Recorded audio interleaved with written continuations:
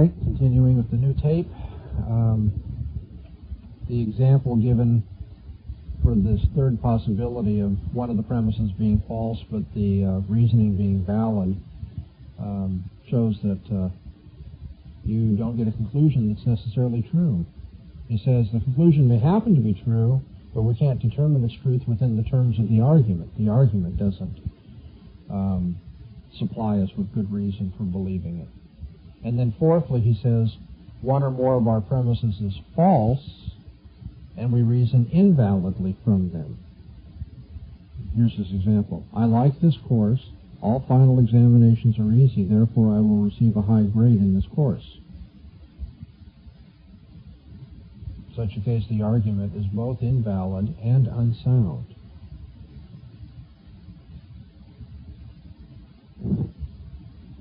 Anybody understand that illustration? I like this course. All final examinations are easy. That's false. Yeah, well, the reason it's hard to understand is because it doesn't have a valid form, and it has a false premise, and so it just looks kind of... That's the kind of thing you're going to run into in everyday life, though. This is the kind of thing more often than not you get with people. Okay. And the author has, I think, a good discussion of why we are interested in arguments whose premises are false. Somebody might say, well, we're only going to we should only pay attention to arguments that have true premises then. Well, part of the difficulty is we don't always know, and one of the ways in which we test is by following out the logical implications of a proposition that is set before us. And if it turns out that that proposition implies something that we know to be false, then we know the proposition itself is false. He discusses this in the middle of page 36. The technical term for that line of reasoning is modus tollens. Okay? If P, then Q. But we know Q is not true. Therefore, P cannot be true. That is, it's kind of reasoning backwards from the implications of a statement. Or, if I could put it in a straightforward fashion, we can just say whatever implies what is false is itself false. And so sometimes we're going to test propositions to see where they would take us, where their implications will take us, what can be inferred from them. And if you can infer something that is false from them, then you know that the proposition that is being examined is false. I'm sorry? Yeah, another way of putting that is reductio ad absurdum. You can take what is being said here and from it prove something that is absurd or false.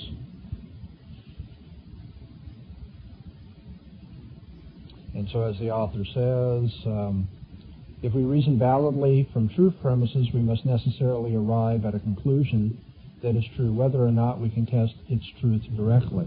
Another advantage is that when you have a proposition that cannot be directly tested, let's say empirically or whatever, but you know that proposition is the logical implication of true propositions, then you know that it itself must be true also. Okay, so that by way of reviewing Engel. Let's look at page 9 now and see if we can go through some of the exercises real quickly. I asked you to do numbers 5 through 10, where you're supposed to distinguish between the conclusion and the premise in the following arguments. Okay, let's take number 6. Because only those who can quote large chunks of that material can pass a test on it, it is useless for me to try, for I know hardly any of it by heart. I would suggest that here are the premises. Only those who can quote large chunks can pass. Second premise, I know hardly any of it by heart. Conclusion, it is useless for me to try on this test. Anybody have any disagreements with that? Okay. Let's take number 8. Smith ought to exercise more.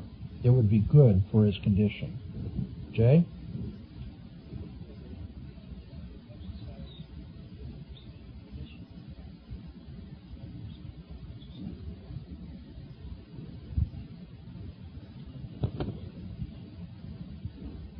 Yes, because of the comparative more being in there. Good point. Pete, take number 9. Tom must have left already. He doesn't answer his phone.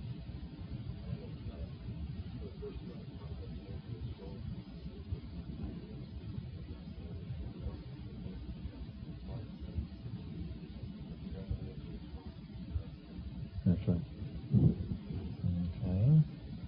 Pat, number 10. I no longer believe those who say that a poor politician could be a good president if he could only be appointed to the job.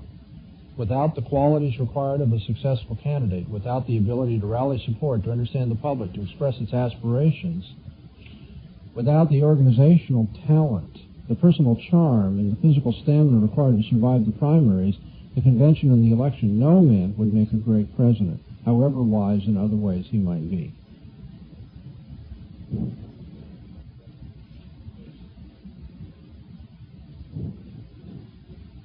How many premises are there?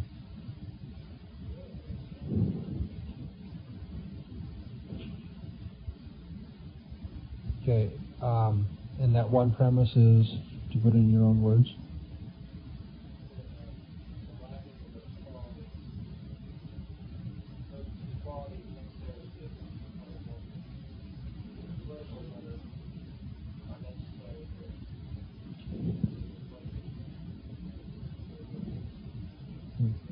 Does it look to you like the premise is another way of stating the conclusion? That, I mean, I'm going beyond what the assignment says here. This seems to be an illustration of why he believes this rather than a proof of it. Yeah. Okay, let's jump ahead here. All right, now on page 13. You're supposed to do numbers 14 through 19. And the exercise is, which of the following are arguments and which are non-arguments? Melissa, would you take number 14? We must stop the homosexuals dead in their tracks before they get one step further toward warping the minds of our youth. The time for us to attack is now. The enemy is in our camp. This from Jerry Falwell.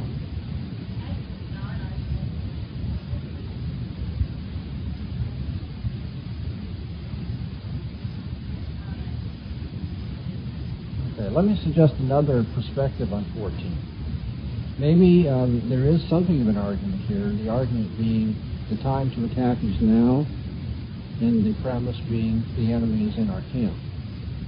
Since the enemy is in our camp, we need to attack now.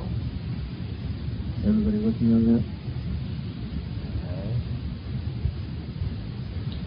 Okay. Pete, let me have you take number 19. You shouldn't have legislation against the thing that the majority of the population does. And today the majority smokes marijuana, so marijuana should be legalized. It is an argument. Okay, what are the premises?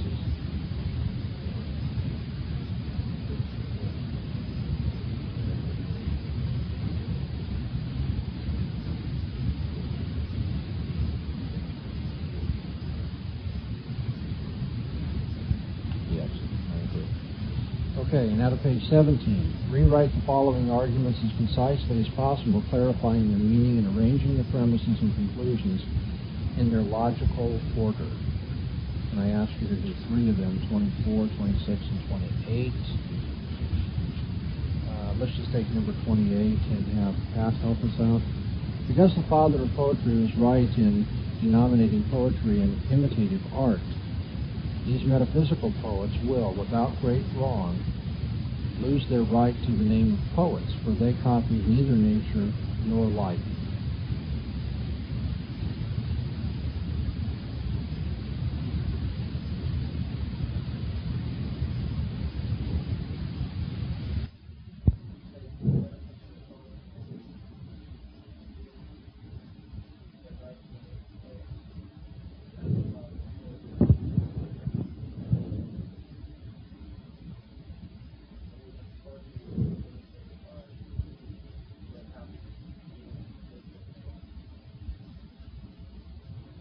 What's the conclusion that's being argued in number 28?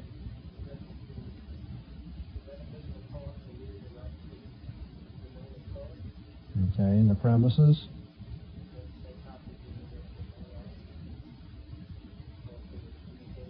That's right. Premises poetry is imitative. The poetry of these particular metaphysical poets doesn't copy nature or life, therefore they will lose their right to the name of poets.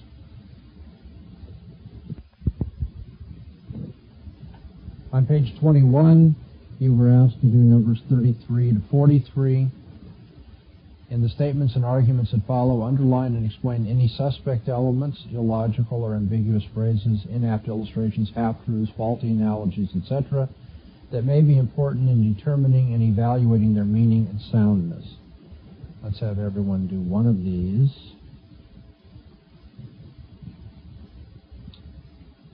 I'll take number 33. Clean and decent dancing every night except Sunday. The problem here is with the grammar, the ambiguous grammatical or syntactical construction, which suggests that the exception may be to every night or to the clean and decent dancing. So that on Sunday, clean and decent dancing is not necessarily to be found. Whereas what they obviously were trying to say is the dancing takes place every night except Sunday, and it's always clean and decent. Okay, number 35, J. If you can tie a knot, you can make a beautiful deep pile rug.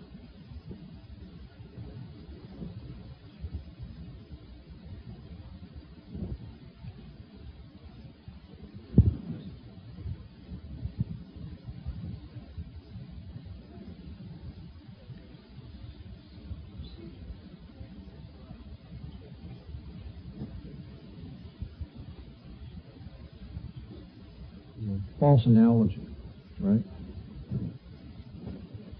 False analogy between tying a knot and putting together the pile rug.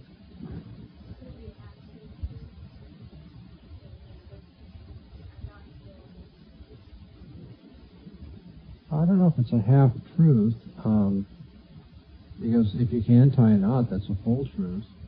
The real question is whether tying a knot is similar to making a rug.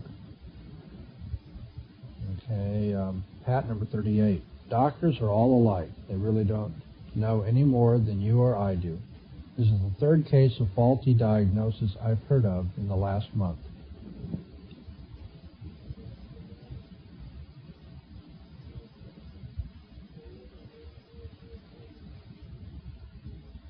Well, is that a premise or a conclusion? The conclusion they don't know any more than you or I do.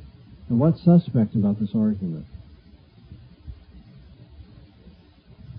Why? What makes it faulty? Now, you can't beg the question by saying it's not true because it's not true. What makes it faulty? What in this argument is suspect?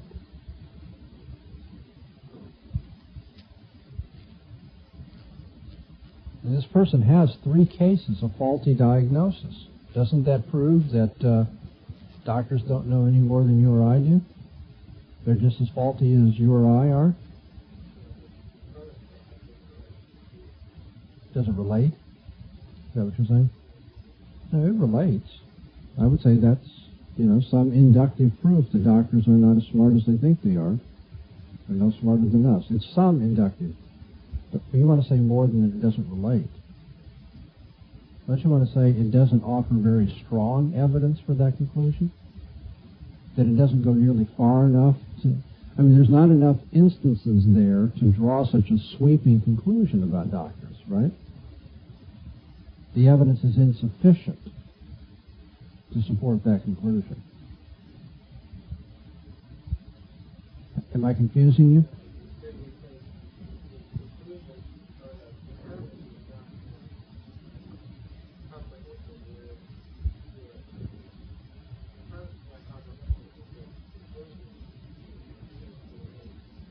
well, it doesn't assume that it is.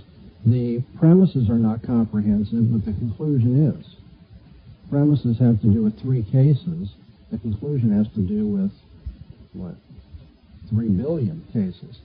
And so it has there's not very much evidence provided to us in the premises for that conclusion. That's the suspect element.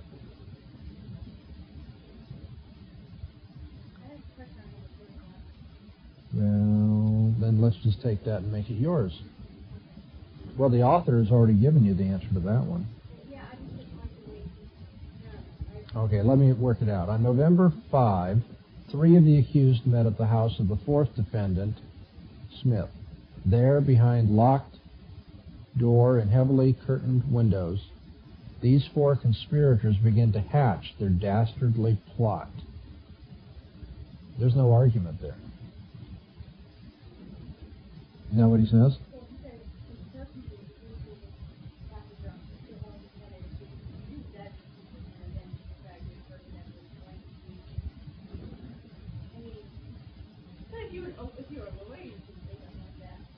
Yeah, but what he's saying is he's using a rhetorical trick that is not logically sound.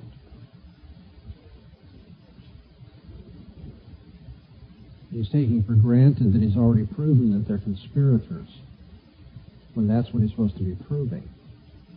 Correct? Well, we haven't let Pete do one, so let's have you do number 43.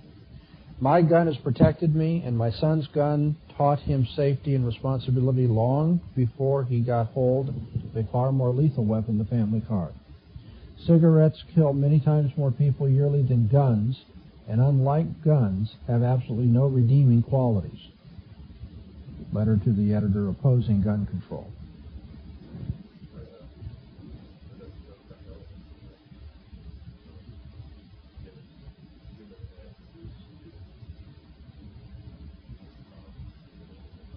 Okay. Yeah, there's personification going on here.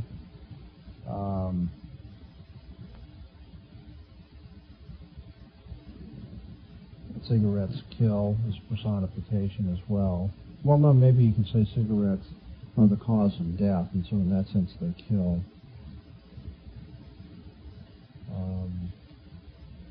Is it maybe overstating the case to say that absolutely no redeeming qualities? I mean, depending on your perspective on it, the point is the argument needs to prove some of this rather than just to throw it out there and generalize. Okay, let's jump ahead now to page 27, where we're going to supply missing components, and begin with number 44. The speaker criticizes free enterprise. He must be a communist. What's the missing component there, Pat?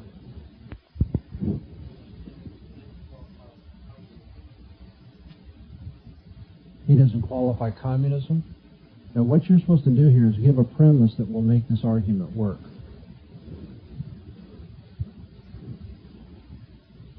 You're supposed to add the missing component.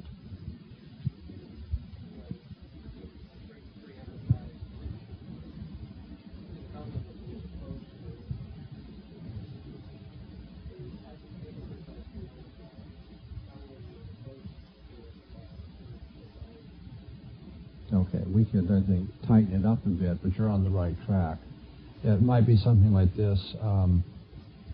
Anybody who criticizes free enterprise is a communist. The speaker criticizes free enterprise. He must be a communist.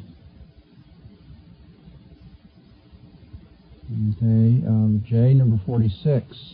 The energy crisis, being man-made, can be man-solved.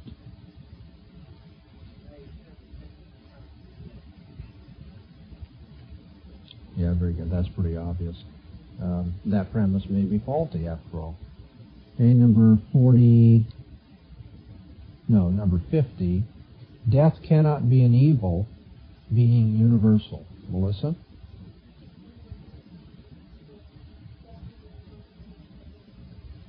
Right. And again, you see what is faulty in that. I mean, this is really a good exercise, because once you put the unstated premise in there, then things look pretty shaky. And then, Pete, let's have meaning number 52. Pleasure is good since it is sought by everyone.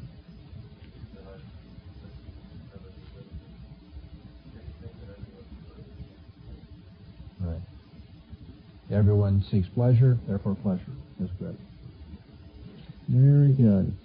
Now we have on page 31 some exercises. Determine whether each of the following arguments is deductive or inductive. Give your reasons. I'll take number 55. Tom must have left already. He doesn't answer his phone. Haven't we heard this one before? I thought so. Yeah. Okay. This would be an inductive argument, and the easiest way to show that is that if you added more information, it could either strengthen or weaken the argument. It doesn't settle it. Okay, number... Actually, you weren't assigned... Oh, you were assigned 55. Okay, I just wanted to make sure I was on the right track here. 57, let's have Pat jump in. Because many drug addicts who came through the courts admit that they started on marijuana, marijuana likely causes addiction to hard drugs. And what tells you so?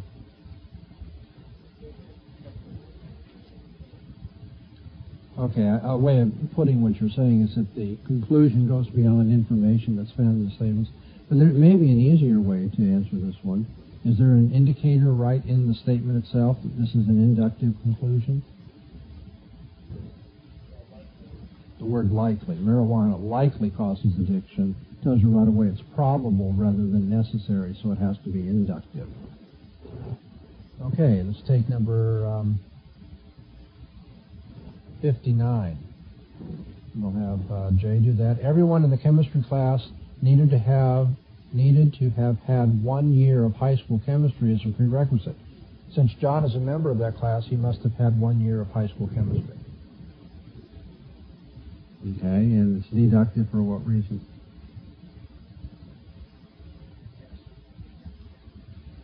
Okay, that's the content of what's being said here, but what makes it a deductive argument? Okay, or that the conclusion follows necessarily, that no further information would weaken or strengthen the conclusion, things like that. Okay, Melissa, let's have you do number 60. I'll do it. The house across the street has shown no signs of life for several days. Some rain-soaked newspapers lie on the front steps. The grass badly needs cutting. The people across the street, therefore, must be away on a trip.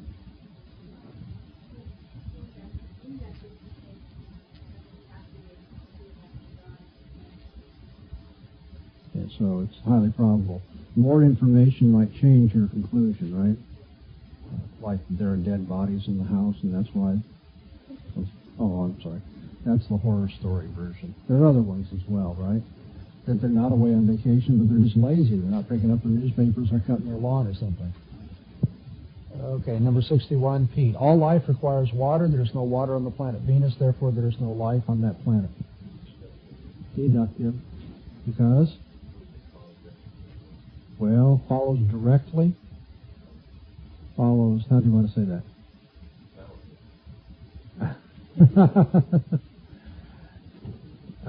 Okay, with necessity, right? That if the premises are true, the conclusion must be true. And so it's a deductive argument. And then on page 36, finally, you were to do some exercises. Which of the following statements are true and which are false? And I ask you to do all of them. And so we'll just go round robin here. I won't call on you. I'll read it, and then you tell me your answer, and I'll tell you if I agree with you. If the conclusions of our arguments have been derived validly from our premises, then we know that such conclusions are true.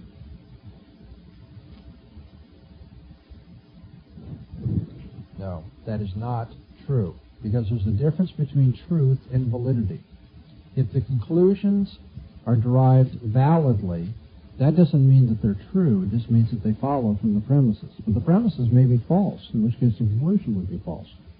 But it's real important that you go back and understand that one, Pat. That's one of the main points being made here. So there's a difference between valid reasoning and truth in either the premises or conclusion. 67. If the conclusion of our argument has been derived validly from our premises, then we know that this argument is sound. What else do you have to have in a sound argument? You have to have true premises as well as a valid argument. Number 68.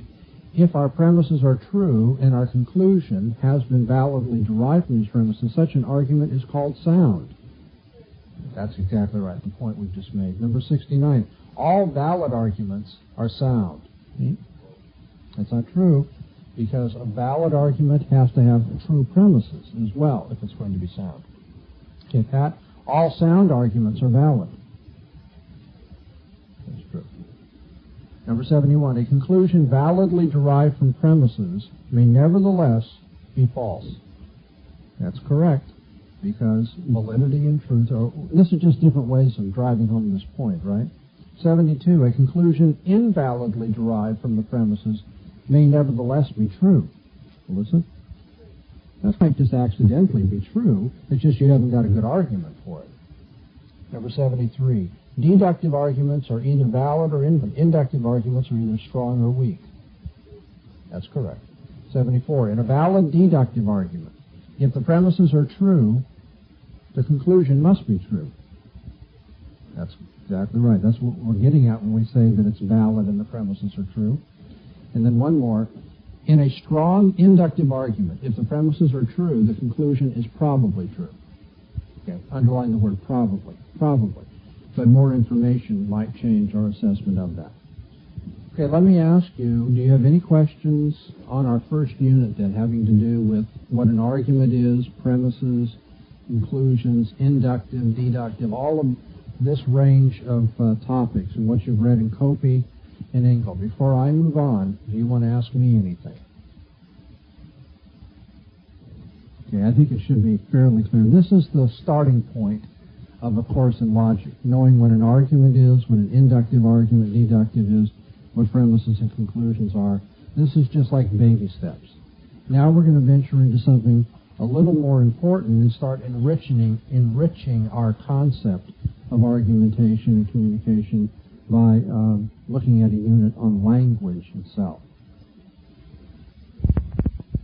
Okay, our new material for today has to do with understanding language, which is necessary as preparation for argumentation in order to develop arguments in a cogent fashion and to understand what people are saying and analyze their arguments. It's important that we make some observations about the use of language. Why do we have to prepare in this way? Because if we don't understand the point being made by a speaker or a writer, if we don't see how language is being used, we will not be able to identify and reconstruct the argument that we are considering or that the speaker has proposed. Moreover, if we don't understand the proper use of language and the diversity of its uses, we will not be able to avoid fallacies in our own thinking. We'll very easily, in fact, you'll find many people do, fall into fallacious reasoning because they have misused language or been confused about the use of language. And so what we end up getting then is the ability to persuade people with the use of certain language, even though we are not reasoning in a cogent fashion.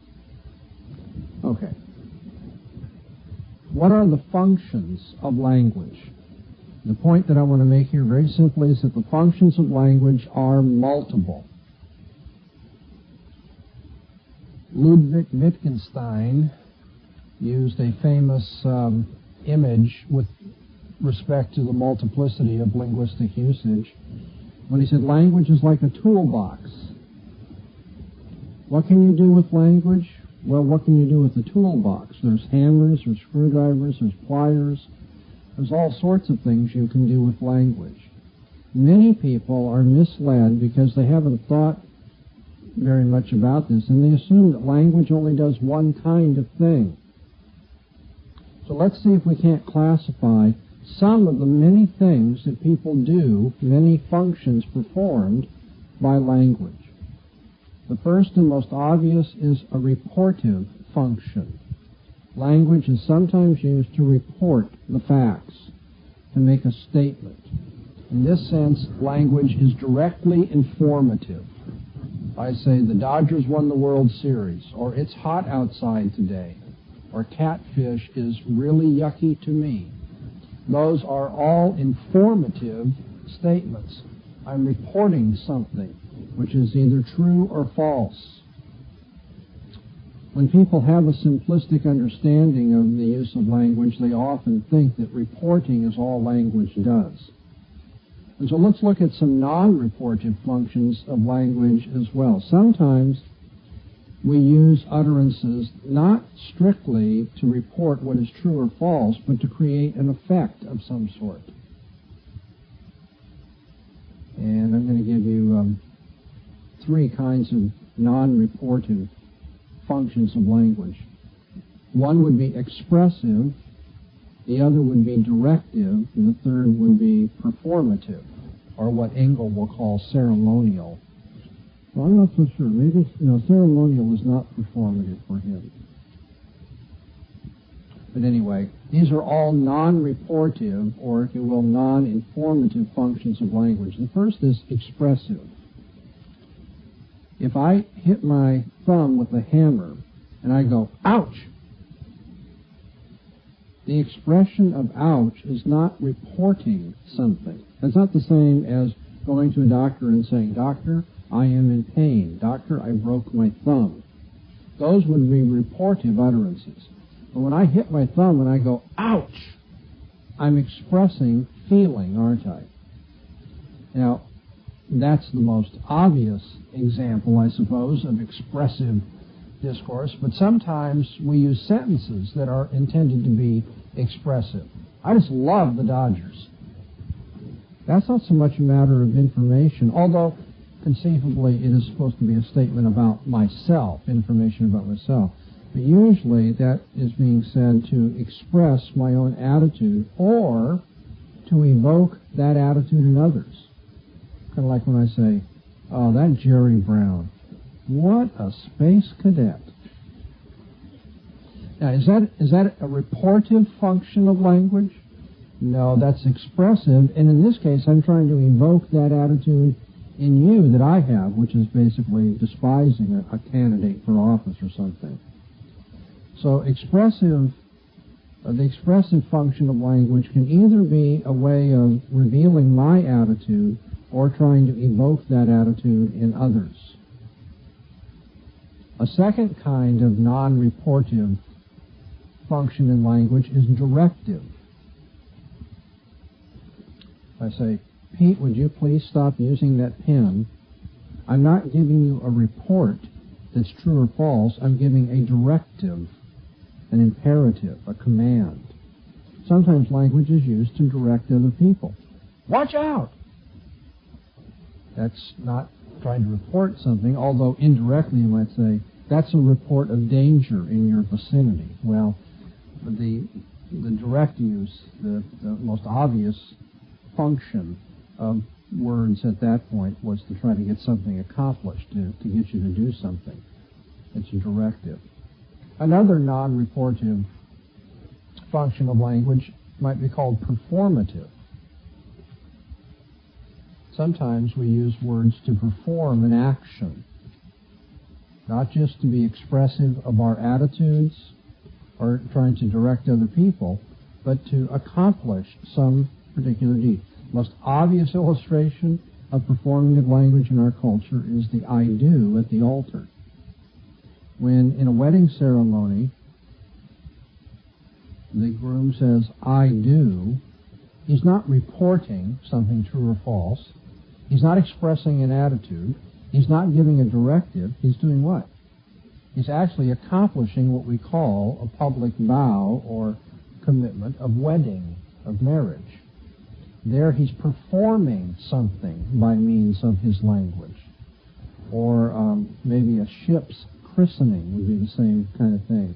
I christen the aardvark, is not a report, it's not a direction, it's not expressive, it's rather accomplishing something, it's bringing about the naming. of this ship as the aardvark. So then, back to my main point, the functions of language are multiple.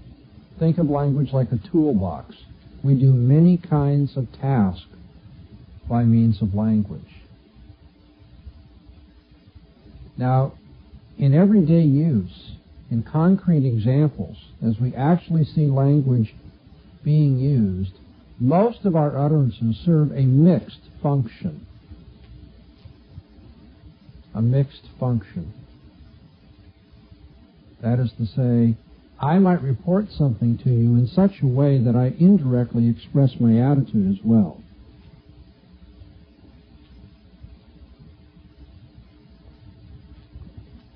When I say, that candidate is really pig-headed. Am I being expressive? Am I just trying to tell you? Am I just kind of like letting off steam that I don't like this guy? Or am I reporting something? Well, it could be a combination. I might say he's pig-headed because I'm looking at the fact that he just holds tenaciously to his views under cross-examination. But since I don't like his views or I don't like him personally, I call that pig-headedness. There would be a case where the function of my language is really blended. I mean, there's an expressive as well as a reportive function going on. The mixed function of language in ordinary usage is what makes it so difficult to analyze arguments and to resolve disputes between people. Moreover, in ordinary language, in the actual use of language, you will find it necessary to distinguish between what a speaker intends to do with his language and what he ends up doing or what he actually accomplishes. This is ordinarily designated the distinction between illocutionary and perlocutionary force in an utterance. The illocutionary force of an utterance, that's spelled illocutionary. Illocutionary. You see locution there? In the locution, in the utterance, what was the speaker intending to do? That's his illocution, or the illocutionary force of what he says. Let's say that the illocutionary force of what I say to you is to tell a joke. Now, the perlocutionary force is what task is actually performed. What task is actually performed in speaking. Perlocutionary. Perlocutionary. The locution actually performs what task? Now back to my example. If the illocution was to tell a joke, does that mean that the perlocution is that the audience is laughing or considers it humorous? No. I might intend to tell a joke. My language was meant to, pick you up, make you laugh. It may have the effect of making you disgusted. This happens sometimes. I noticed recently Jay Leno was trying to make a joke about Silence of the Lambs and this horrible mass murderer, Jeffrey Dahmer, in Michigan, I guess, Milwaukee. And they were just going over flat. I mean, the audience, considered it kind of ugly. That wasn't really taken in a lighthearted way. So here's a real good example of the illocution and the perlocution not matching each other. What do you try to do with your language? What is the speaker intending? That's his illocution. What the language actually performs is his perlocution. One last comment then about the multiple functions of language. The intended function of some discourse cannot be definitively discerned by the grammatical form or the semantic content of the expression. The grammatical form doesn't automatically tell you. For instance, if I say, "Will you please bring me a glass of water?" The grammatical form is a question, isn't it? A question mark ends that sentence. But it's not a question. I mean, it might be a question. I mean, it might be saying, I'd like a piece of information. Will you do the following? Actually, that is intended, the illocution there is to make a request or to direct you to get a glass of water. So this is what makes life so interesting, how language is used so many different ways, how these functions often are mixed together, how you cannot tell for certain just from the grammatical or semantic form what the function is, and how the illocution and the perlocution don't always match up. Any questions about what I've just said? The multiple functions of language, the toolbox image. Language can be reportive, expressive, directive, and performative. I think your textbook writers might cut the cake a little bit differently, but that's okay. I just want to introduce the subject to you right now. Okay, well then the next thing I want to turn to with respect to language is not just its multiple functions, but I want to draw some important distinctions with respect to words. I want to draw some important distinctions with respect to words. When we look at words themselves, we distinguish between, first of all, the use of the word and the mention of the word. The use of a word and the mention of a word.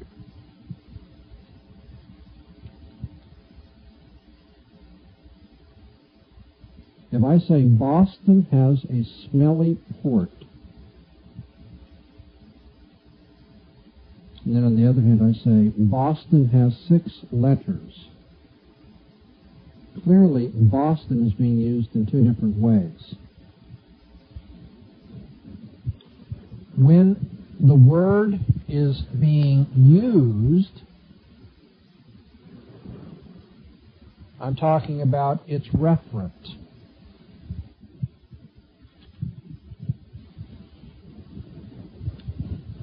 And so let me write this up on the board. Boston has a smelly port.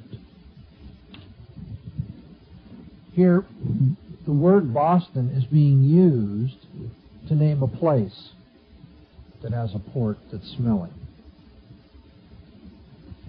Boston doesn't have any identifying grammatical marks. But now I'm going to write another sentence. Boston has 6 letters. In this case, this sentence is technically mistaken. The city of Boston doesn't have 6 letters. But the word Boston does. Ordinarily, you will find this put in single quotes to set it off and to indicate that we're talking about the word. It's not in double quotes because we're not actually quoting anybody as having said the word Boston. Actually, we're talking about the word as a word. Here, Boston is mentioned. I'm mentioning the word Boston and saying of it that it has 6 letters, which is true. At least that last count. See, the illocution of that remark was to make you laugh. The perlocution was quite different.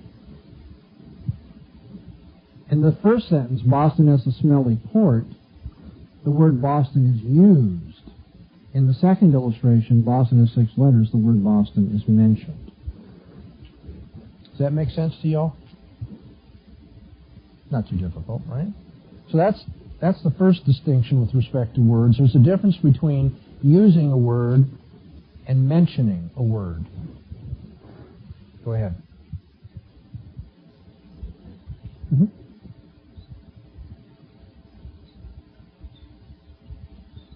When you say Boston is a city, you are using the word Boston. You're not mentioning the word Boston. If you say the word Boston means, or if you say the word bachelor means, then bachelor is being mentioned, not used. Bachelors are unhappy is a sentence that uses the word bachelor. Bachelor means unmarried male, mentions the word bachelor. Okay? The second distinction... when you mention a word, you should put it in single quotes. Now, not everyone follows that convention. I'm just telling you in philosophy that's fairly standard to do it that way. Indicate that we're talking about the word here, not what the word names. The second distinction is between the sense of a word and its reference. The sense of a word and its reference.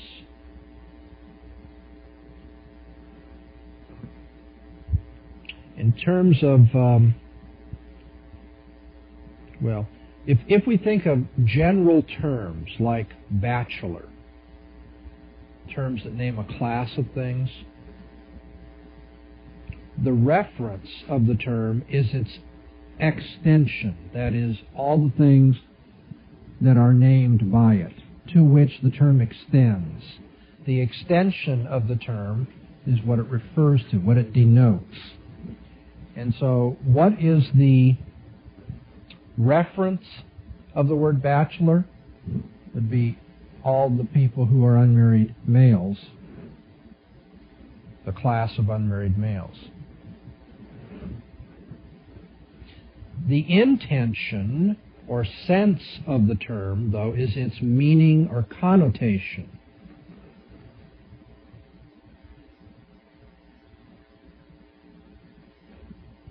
And so the definition of bachelor as an unmarried male gives its sense, whereas the class of all the men who are not married gives its referent. Now, a common illustration for showing the necessity of distinguishing between sense and referent would be a sentence like this. The morning star is identical with the evening star.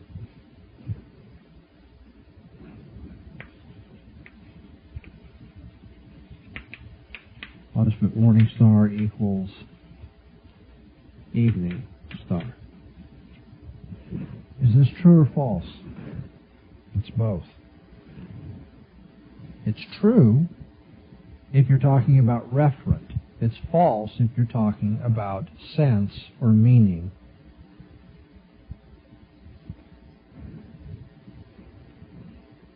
What is the referent of the expression morning star? Does anybody know? What is the morning star? It's Venus. Okay, so that's the referent. It's what it points to. What does evening star point to? What is the evening star? Come on. It's Venus.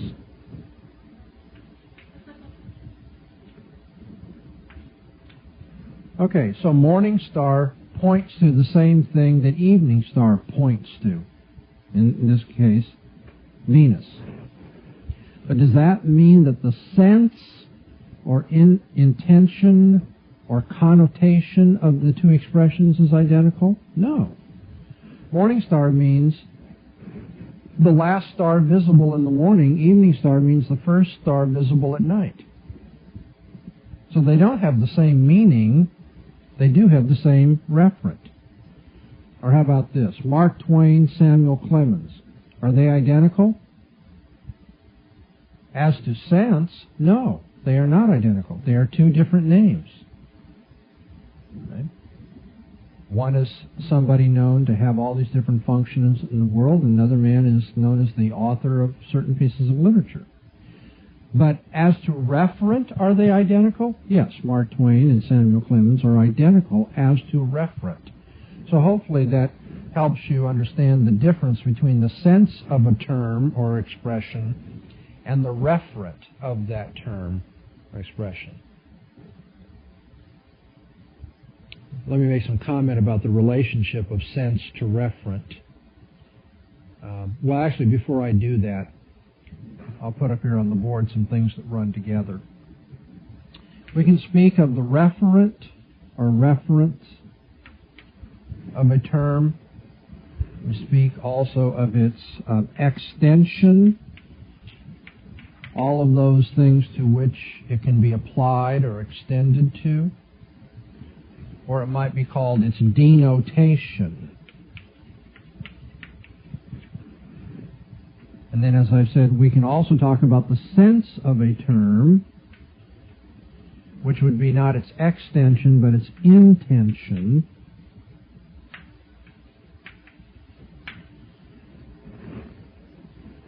Instead of denotation, it would be its connotation.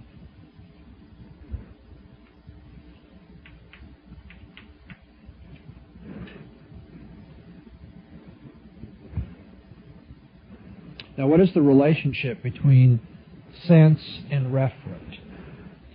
First of all, sameness of reference does not guarantee sameness of sense. We've already seen that. Morning star, evening star refer to the same thing. They don't have the same meaning, though, or the same sense. Secondly, you should put in your notes that extension is determined by intention.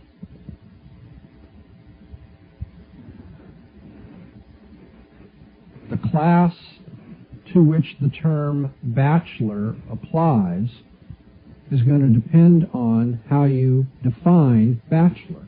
The intention thus determines the extension of a term. And then thirdly, you should note that increasing intention means decreasing extension. Increasing intention means decreasing extension. Maybe I can illustrate that for you. Let's take the term bachelor.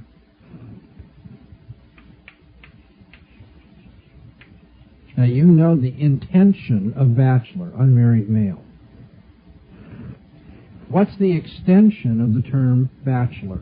I'll just put a circle up here on the board and say that corrals all the unmarried males in the world. Now, if I increase the intention, put more meaning content into that, by, say, making it now American bachelor, what happens to the class that of all those people to whom the term applies? It was bachelor, and so this circle was put up there to represent that. Now, if I say American bachelor, does this circle get bigger or smaller?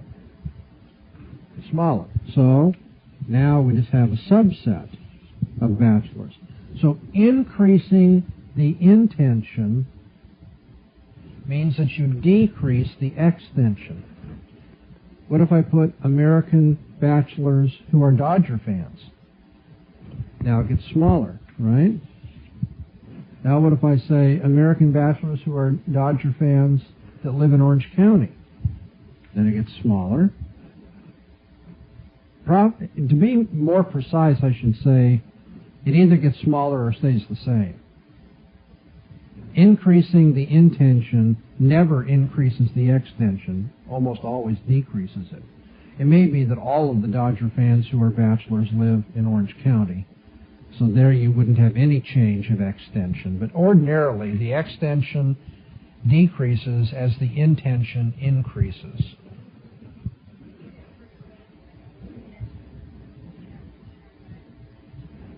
That was my second point about the relationship of sense to reference. The first was sameness of reference doesn't guarantee sameness of sense.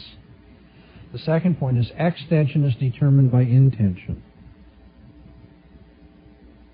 That you can't find out the extension of a term unless you know its intended meaning. And then thirdly, increasing the intention of an expression will mean the non-increasing of its extension and usually decreasing of it. Okay, in this portion of my lecture, I've said I want to give you some distinctions about words. The first was the use of a word and the mention of a word. The second is the sense of a word and the referent of the word. The third point I want to make is that you should note that words carry emotive suggestiveness or can be value-laden. Words are never purely unemotional, value-neutral tools. Words carry emotive suggestiveness and can be value-laden. That means that the same situation or event can be variously described with words that have different emotive impacts, depending on the literary context or the social context. I go on the Phil Donahue show, and they're going to debate someone who's a homosexual. Now, I can refer to this person as gay, I can refer to this person as an invert, I can refer to this person as a homosexual, I can refer to this person as a queer. Are all those terms equal in their emotive suggestiveness or value-ladenness? Absolutely not. You know very well that if I went on there and I said, well, you're just a queer, that would carry a certain kind of very negative, punch, which may be appropriate. I'm just trying to make a point about language. Whereas if I went on and was more distant emotionally by saying, well, the homosexual lifestyle that you exemplify. Okay? Words carry emotive suggestiveness and can be value-laden, and thus the same situation or event can be variously described with words that will carry a different impact emotively. Honest and effective communication calls for choosing a vocabulary that minimizes the emotive explosiveness of our terms. When we are interested in the strict analysis of a reasoning process, it will not help us to weigh that down with the emotively explosive terms. As logicians go, now we're not only logicians, we're also people who try to persuade, we're involved in the lives of other people. So this is not the be-all and end-all. But as logicians, we should seek to have arguments formulated or reformulated in the least provocative way possible. We should strive for choosing vocabulary that minimizes the emotive explosiveness of what we're saying. In analyzing the way language is used, we're going to have to distinguish between a disagreement that two people have over a description and a disagreement two people have over a value or an attitude that they have toward what is described. A good example is pornography. You see a movie, I see a movie, and I say, that movie was pornographic. And you say, no, it wasn't pornographic. I mean, it was very delicate in the way it introduced things and so forth and so on. We are probably going to not disagree in describing the movie. We'd both say, I saw the following take place on the screen. The difference we have is over the word pornography, isn't it? However, even if we agreed to define pornography in the same way, so it either is or is not pornography, the fact is we have a different attitude toward the movie. We have a different value, evaluation of the movie. And so our disagreement could be over a descriptive matter. Did this movie have the following scene in it or not? Our disagreement may be over the use of a term like pornography. How should it be defined and used? Our disagreement may be a value or attitude disagreement over this fact out there, regardless of what terminology you use for it. And so this shows the various kinds of disagreements that you're going to read about in your homework. Genuine disagreements, which can be genuine disagreements as to fact or description, or a genuine disagreement as to attitude toward a fact. And then thirdly, you have a verbal disagreement. That is, it looks like you are arguing over something, and when in fact you're just using a word differently. There's ambiguity in the use of the term pornography. Copey will point out, this is a nice little distinction, verbal disputes, real disputes, or genuine disputes. He'll point out, however, that sometimes you have apparently verbal disputes. That is, it appears that it's a dispute only over the use of a term, but after the term has been clearly defined and agreed upon, they still have a disagreement, usually about how to evaluate or what attitude to have towards something. Okay, the next thing I want to introduce about language, moving ahead quickly, are the different kinds of definitions that we find. A lot of people have the idea that definitions are what you find in a dictionary, but that's really too simplistic because many different kinds of definitions can be found in our linguistic culture. First of all, there are stipulative definitions, where I stipulate that I will mean the following by this term. By snark, I will mean a dog that has lost its bark. That's what I mean by a snark. Now, is that a definition? Sure it is. Is it one you can find in the dictionary? No. Is it theoretically helpful in understanding the world? No. Is it being used for purposes of persuading people? No. I'm just stipulating that I need a term for a dog that's lost its bark, and I will call it a snark. Secondly, we have lexical definitions. That is to say, definitions that report the established usage of a term. The lexical definition is what you find in a lexicon or a dictionary.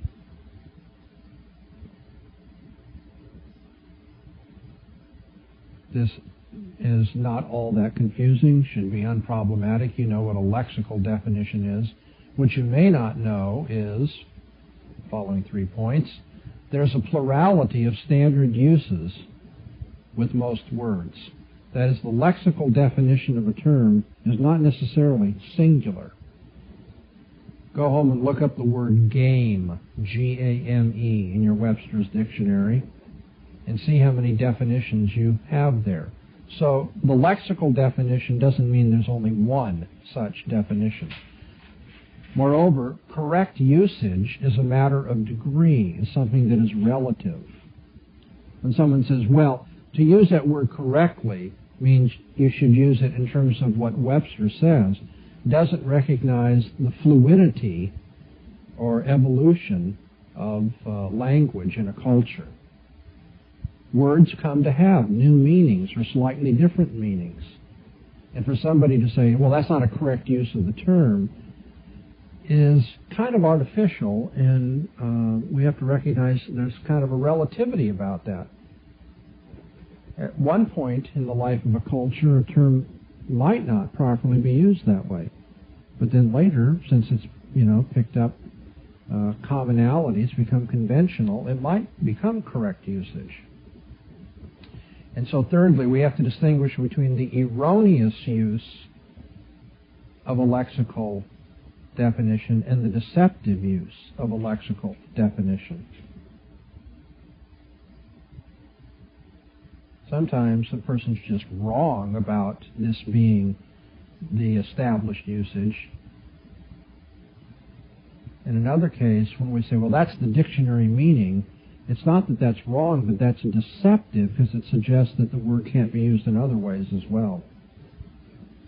Okay, I've only given you two kinds of definitions so far, stipulative and lexical. A third kind of definition would be a precising definition. This is one that goes beyond the ordinary usage and tries to focus now more precisely on a specific way of using a term. That is, the precising definition aims to reduce vagueness. So when I use the word game, what I will mean is what a hunter shoots out in the forest. I do not mean rules for playing with a ball, game like that. A precising definition goes beyond the ordinary usage and tries to reduce vagueness. Fourthly, we can refer to theoretical definitions. A theoretical definition is an attempt to give a characterization of something to help explain it. Theoretical definitions are found in philosophy and in scientific disputes all the time. How do you define energy? Usually the answer to that is going to give you a theory of energy. How do you define matter? How do you define time? How do you define love? Those sorts of things are often, that is, the definition for those sorts of things often amounts to a theory about those sorts of things. Offers a characterization.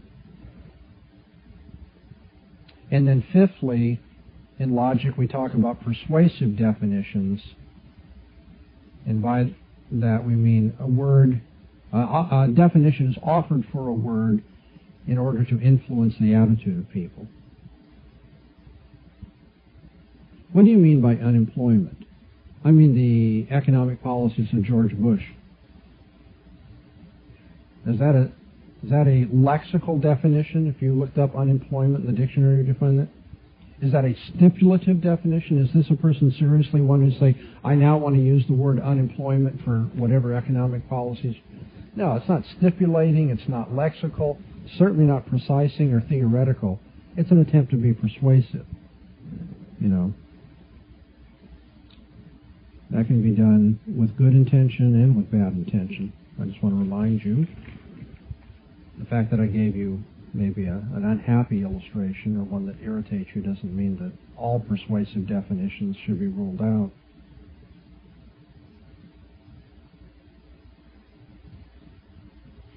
And then the last thing we'll talk about with respect to words is how to define them. There are different ways of defining words. The two major ways of defining words are referential and intentional.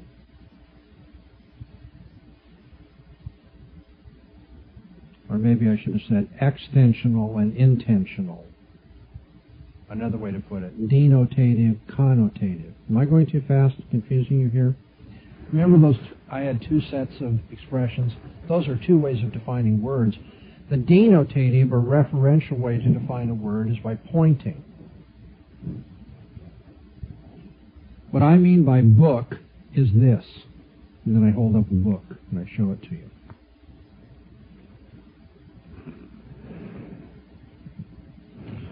Or I might say, by book I mean all the members of the following class. That would be an extensional or denotative way of defining the term.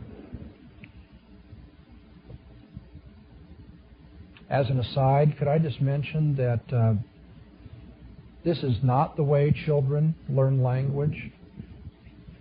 Many people think that children learn language by, you hold up something and say, ball, or mommy, whatever it may be. We think that children just kind of like this get this filing cabinet in their head, ball, mommy, door, hungry, so forth.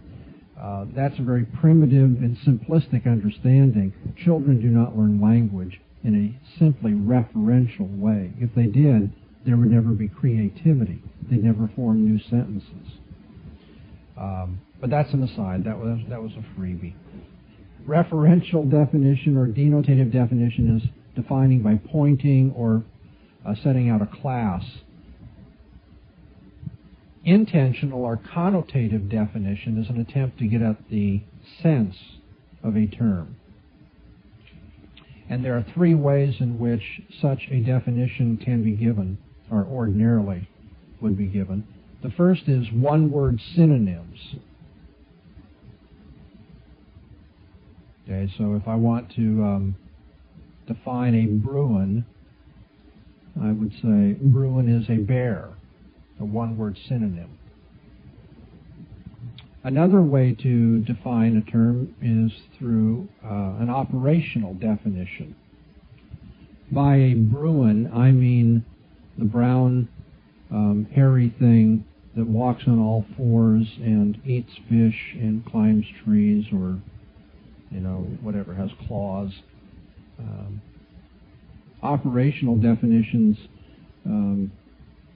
are often used for procedures or feelings and so forth. An operational definition of love is like love is walking hand in hand. Love operates in the following way. Maybe that's too emotive and subjective an example. Scientists use operational definitions, okay? They define things in terms of their behavior and our response to that behavior. And then finally, there's definition by genus and species, sometimes called definition by division. Bachelor means unmarried male. Notice that's not synonymous definition in the sense of one word synonym, because there's more than one word. Unmarried male, I take a genus, a general class, males, and then I specify, I give the species of the unmarried males, the unmarried ones. I take males as the genus, the general class, and then the specific portion of that class, the species, is the unmarried ones. So that's defining by genus and species. And there are 5 rules for defining terms when you're using the genus-species approach. The first such rule is that you should aim to state the conventional connotation of the term. That is, when you define it, you should take it as it is conventionally understood. Secondly, your definition should not be circular. Obviously, you can't define a term and use that term in the definition itself. Thirdly, you should try to make your definition neither too narrow nor too broad, lest you leave out legitimate things that the term applies to, or includes things that would not be the term would not be applied to. Fourthly, a genus and species definition should not be expressed in ambiguous, obscure, or figurative terms. You should aim to be as literal as possible and as precise. And fifthly, where a definition can be put in the affirmative, it should be rather than in the negative. Try to avoid negative characterizations when you use the genus and species approach to definition. Let's review what we have learned today, and then I'll give you an assignment to follow up. We've been concerned to be introduced to the subject of language and how it functions, because if we don't understand language, we will not be able to reconstruct arguments correctly, we'll not be able to avoid fallacies, and will fall into mere persuasion rather than true reasoning. I said next that language has multiple functions, not just one function. We talked about reportive, expressive, directive, and performative functions. We noticed that in ordinary usage, a person's language will serve a mixed function, that more than one thing is being done at once ordinarily, and that what is intended to be done by your language, your intended function, is not always what it ends up performing as its function. And then we looked at words in particular, and we drew a distinction between mentioning the word and using the word. We drew a distinction between the sense or connotation or intention of a word and its referent, that is, its extension or denotation. I observed that words can carry emotive suggestiveness or be value-laden, and that's why the same thing can be variously described with a different emotional or value impact. In argumentation, we should try to minimize the explosive or emotive explosiveness of our terms. And then we looked at how we define terms, and we noticed there are different kinds of definitions that serve different purposes, be they stipulative, lexical, precising, theoretical, or persuasive. And then finally I pointed to different ways of defining words. That's different from different kinds of definitions. Now we're talking about the manner in which we perform the defining task. Different ways to define words. Referential, by pointing to things or observing a class. And then the connotative or intentional way to define words, either through one-word synonyms, operational definitions, or genus and species. Following up on this introductory lecture on language, I'd like you to read Copy, chapters 2 and 4. Skip chapter 3 for right now. Copy, chapters 2 and 4. And as well read Morris Engel's book, With Good Reason, chapter 2, which is on the subject of language as well.